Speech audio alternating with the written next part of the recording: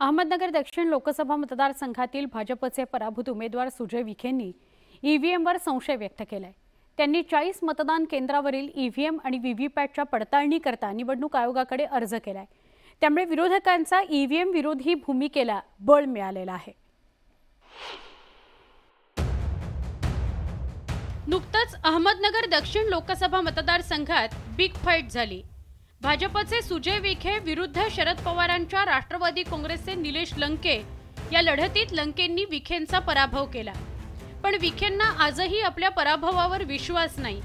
त्यांनी ईव्हीएमवर संशय व्यक्त केलाय।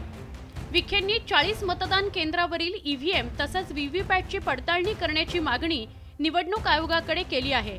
त्यामध्ये शेवगाव पाथर्डी विधानसभेतील 5, अहमदनगर 5, राहुरी 5, श्रीगोंदा 10, कर्जत जामखेड 5 आणि पारनेर विधानसभेतील 10 केंद्रांचा समावेश आहे। त्यासाठी विखेंनी निवडणूक आयोगाकडे 18,88,000 रुपये शुल्क जमा केलंय। आमच्या गावामध्ये पडलेले हे मतदान हे आम्हाला मान्य नाही, किंबहुना हे असं होऊ शकत नाही।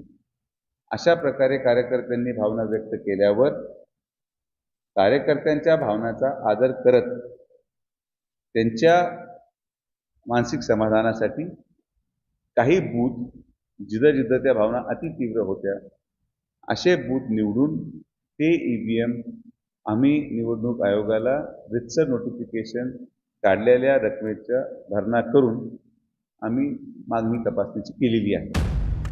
लोकसभा निवडणुकीत लंकेंनी सुजय विखेंचा तब्बल 28,929 मतांनी पराभव केला। खरं तर दोघांमधील मतांचं अंतर मोठं आहे, पण आता विखेंच्या मागणीमुळे राजकारण सुरू झालंय। तुम्हाला एखादा विजय मिळाल्यानंतर तो आनंद सुद्धा तुम्हाला पचवता आला पाहिजे आणि तुम्हाला जर पराभव पाहायला मिळाला तो पराभव सुद्धा पचवायची तयारी पाहिजे। पण फक्त आपल्याला पराभवच मान्य नाही, पराभवच मान्य नाही म्हणून काही ना काही कुठं ईव्हीपॅटच्या मशीन काउंटिंगची मागणी केली। विखेंनी व्हीव्हीपॅट पडताळणीसाठी अर्ज केल्यामुळे महाविकास आघाडीच्या नेत्यांना भाजपवर टीका करण्याची ऐतीत संधी मिळाली। मला वाटतं की सुजय विखेंचं अभिनंदन केलं पाहिजे। देशातील लाखो लोकांच्या मनामध्ये जी काही चर्चा आहे किंवा ज्याबद्दलचा डाऊट आहे तो डाऊट क्लिअर करण्याचं काम विखेच्या माध्यमातून होत आहे। त्याला आमच्या शुभेच्छा आहे। लंकेची कॅपॅसिटी आहे की ईव्हीएम हॅक करायची, परंतु ह्या अशा गोष्टीला तुम्हाला चॅलेंज करायचा पर्याय उपलब्ध आहे, त्या ठिकाणी गेलं पाहिजे। ज्या कुणाला शंका असेल त्यांनी त्या कोर्टाच्या माध्यमातून याच्यावर आपला जो काही निकाल तुम्हाला अपेक्षित आहे लागेल की नाही लागेल माहित नाही, परंतु प्रयत्न केला पाहिजे। खरं तर प्रत्येक निवडणुकीनंतर ईव्हीएमचा मुद्दा चर्चेत आलाय। ईव्हीएम ऐवजी मतपत्रिकेवर निवडणुका घेण्याची भाजप विरोधकांची मागणी आहे। गेल्या 2 सार्वत्रिक निवडणुकीनंतर विरोधकांनी आपल्या पराभवाचं खापर ईव्हीएम मशीनवर फोडलं होतं। ईव्हीएम मशीनमध्ये हेराफेरीचा आरोपही विरोधकांकडून करण्यात आला। पण या लोकसभा निवडणुकीत इंडिया आघाडीला बऱ्याच प्रमाणात यश मिळालं।